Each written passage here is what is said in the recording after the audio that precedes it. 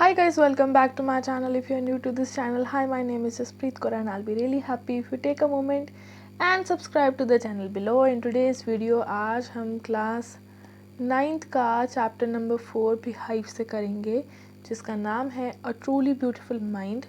जिनको नहीं पता, ये चैप्टर एल्बर्ट आइंस्टाइन के ऊपर बेस्ड है, the father of modern science I guess. Anyways पढ़ना स्टार्ट करते हैं। द truly beautiful mind. ठीक है। Albert Einstein was born on 14 March 1879 in the German city of Ulm without any indication that he was destined for greatness. On the contrary, his mother thought Albert was a freak. To her, his head seemed was too large. Albert Einstein का birth 14 मार्च 1879 में Germany के अंदर हुआ और किसी को idea नहीं था कि वो साइंस की हम फील्ड में इतना कुछ आगे करेंगे। उनकी मदर को लगता था कि उनका चाइल्ड शायद अब नॉर्मल है, क्योंकि उनका हेड सिर जो है कंपैरेटिवली बाकी बच्चों के कंपैरेटिवली कुछ ज़्यादा बड़ा था। At the age of 2.5, Einstein still wasn't talking. When he finally did learn to speak, he uttered everything twice. Einstein did not know what to do with other children, and his playmates called him brother boring, so the younger one played by himself. 2.5 years की उम्र तक के हो गए थे और कुछ बोल नहीं पा रहे थे। इस टाइम तक बच्चे काफ़ी हद तक बोल लेते हैं, और जब उन्होंने फाइनली बोलना स्टार्ट करा तो वो एक वर्ड को दो बार रिपीट करते थे। अब जब बात आती है उनके बच्चों के साथ खेलने की, तो वो नहीं खेल पाते थे, उनको बाकी लोग बोरिंग लगते थे, मतलब वो बाकी बच्चों के साथ नहीं खेल पाते थे। तो जैसे स्कूल में बच्चों की छेड़ बनी होती है, आइंस्टाइन की छेड़ बनी हुई थी ब्रदर बोरिंग, कि he is a boring brother. आगे पढ़ना शुरू करते हैं। Much of the time he especially loved mechanical toys. Looking at his newborn sister Maja, he is said to have said, "Fine, but where are her wheels?" यानी उन्हें mechanical toils के साथ खेलना बहुत अच्छा लगता था, और जब उनकी सिस्टर हुई उन्होंने उसको देखा तो कहते हैं सब तो ठीक है, लेकिन इसके व्हील कहाँ हैं। इतना दिमाग उनका टेक्निकल घूमता था कि उनको लगता था कि व्हील नहीं होगा तो ये बच्चा चलेगा कैसे। Headmaster once told his father that Einstein choose a profession wouldn't matter because he will never make any success at anything. Einstein began learning to play violin at the age of 6 because his mother wanted him to later become a gifted amateur violinist. Maintaining a skill through out the life, यानी कि बचपन में ही उनके school के teachers and principles ने कह दिया था कि इस बात से कोई फ़र्क नहीं पड़ता कि आइंस्टाइन कैसा प्रोफेशन चूज़ करें, क्योंकि वो लाइफ में किसी भी चीज़ में सक्सेस नहीं हो पाएंगे। और उनकी मदर ने 6 साल की उम्र में उन्हें वायलिन क्लासेस में डाल दिया, क्योंकि उनको लगा कि पढ़ाई लिखाई ना सही, एटलीस्ट कोई स्किल होगा, कोई इंस्ट्रूमेंट बजाना आता होगा, तो अपनी लाइफ ये आइंस्टाइन जो आगे सस्टेन कर पाएगा। But Albert Einstein was not a bad pupil. He went to high school in Munich, where Einstein's family had moved. He was 15 months old. He scored good marks in almost every subject. Einstein hated the school regiment and often clashed with teacher. At the age of 15, Einstein felt so stifled that he left school for good. यानी 15 साल की उम्र में वो Munich चले गए अपनी family के साथ, एंड वहाँ पे पढ़ाई लिखाई में अच्छे थे, हर एक मार्क्स अच्छे थे, बट उनको स्कूल का डिसिप्लिन और ये सब प्रिंसिपल नहीं पसंद था कि सिर्फ 45 मिनट्स की क्लास होगी, इस टाइम पे जाना है, ऐसे जाना है, यूनिफॉर्म जाना है, उन्होंने स्कूल ड्रॉप आउट कर दिया। The previous year, Albert's parents had moved to Milan and their son with the relatives. After prolonged discussion, Ireland got his wish to continue his education in German-speaking Switzerland in a city which was more liberal than Munich. यानी वो Switzerland चले गए क्योंकि वो Munich से ज़्यादा कम rules regulation थे। Einstein was highly gifted in mathematics, यानी मैथ्स में वो बहुत अच्छे थे, and interested in physics, and after finishing the school he decided to study at the university at Zurich. Maths और फिज़िक्स में बहुत अच्छे थे, इसलिए उन्होंने आगे डिसाइड करा कि वो ज्यूरिश की जो यूनिवर्सिटी है वहाँ पे पढ़ना शुरू करेंगे। But science wasn't the only thing that appeal to the dashing young man with the walrus moustache. यानी कि पेज नंबर 47 पे आप पिक्चर देखो आइंस्टाइन की, जब वो 21 ईयर्स के थे और उनकी कितनी ज़्यादा दाढ़ी मूछें थी। यानी कि काफ़ी ज़्यादा यंग एंड हैंडसम थे उस टाइम पे। आपने हमेशा उनकी ओल्ड एज की पिक्चर्स देखी हैं, बट वो यंग एज में काफ़ी स्मार्ट थे। He also felt a special interest in a fellow student, Milvia Marek, whom he found to be clever creature. This young Serb had come to Switzerland because University of Zurich was one of the few European where women could get degree. जब university में थे उनको थोड़ा सा प्यार व्यार हो गया और वो लड़की का नाम था मिल्विया मैरिक, जो कि स्विट्ज़रलैंड इसलिए पढ़ने आई थी क्योंकि उस टाइम पे सारी यूनिवर्सिटीज़ में लड़कियों को पढ़ना अलाउड नहीं था और उनको लगता था कि ये उम्र के साथ कुछ ज़्यादा ही चालाक है। Einstein saw in her ally against his Philistines those people in his family and the university with whom he has constantly at odds. The couple fell in love. Letters survive in which they put their affection into word, mixing science with tenderness, wrote Einstein. How happy and proud I shall be when both of us have bought our work on relativity or victorious conclusion. यानी दोनों का interest जो था वो science में था, दोनों एक दूसरे को लव लेटर्स लिखते थे और दोनों को एक दूसरे को कंपटीशन के वे में लेते थे कि तू अच्छा है या मैं अच्छी हूँ। In 1900, at the age of 21, Albert Einstein was a university graduate and unemployed. Graduate हो गए लेकिन कोई जॉब नहीं थी। He worked as a teaching assistant and gave private lesson. Finally secured job in 1902. 2 साल तक freelancing जॉब करी, जैसे टीचिंग बीचिंग कर ली। उसके बाद 1902 में टेक्निकल एक्सपर्ट बन गए और एक पेटेंट ऑफिस में काम करने लग पड़े बर्न के अंदर। While he was supposed to be assessing other people's invention, Einstein was actually developing his own ideas in secret. He is said to have jokingly called his desk drawer as a bureau of theoretical physics. यानी job तो वो कर रहे थे जहाँ पे उनको लोगों के इन्वेंशंस पे नज़र रखनी थी, बट साथ ही साथ वो अपने इन्वेंशंस, अपनी theories, specifically theory of relativity पे छुप छुप के काम कर रहे थे अपनी जॉब के साथ साथ।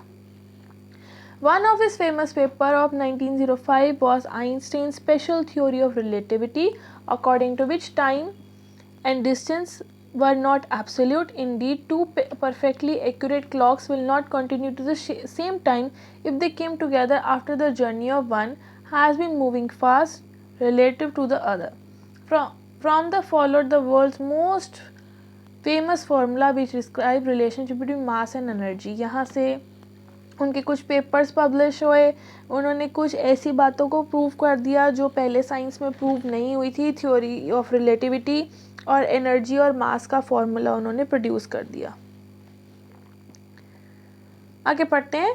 While Einstein was solving the most difficult problem of physics, his private life was unrevealing. यानी कि वो फिजिक्स में अपनी डिस्कवरीज कर रहे थे लेकिन उनकी पर्सनल लाइफ की बैंड बजी पड़ी थी।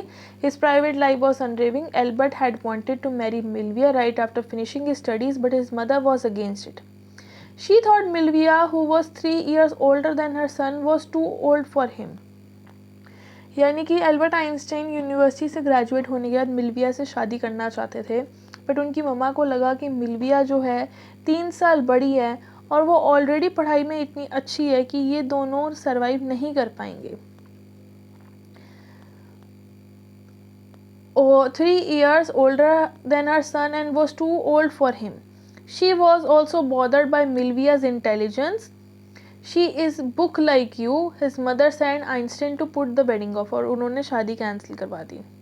The pair finally married in January 1903, लेकिन लड़ झगड़ के 1903 में दोनों ने शादी कर ली and had 2 sons, 2 बेटे हुए, but few years later the marriage flattered. Milvia meanwhile was losing her intellectual ambition and becoming an unhappy housewife. हो क्या रहा है, मिल्विया जो पढ़ाई लिखाई में इतनी अच्छी थी वो एक हाउसवाइफ बन के रह रही थी, बच्चों को संभाल रही थी, और आइंस्टाइन दूसरी साइड पे अपनी जॉब और अपने पेपर्स पे वर्क कर रहा था और वो अपनी लाइफ से मिल्विया बिल्कुल भी खुश नहीं थी हाउसवाइफ बन के। After years of constant fighting couple finally divorce इन 1919, यानी 1903 में शादी करी और 1919 में डिवोर्स कर लिया।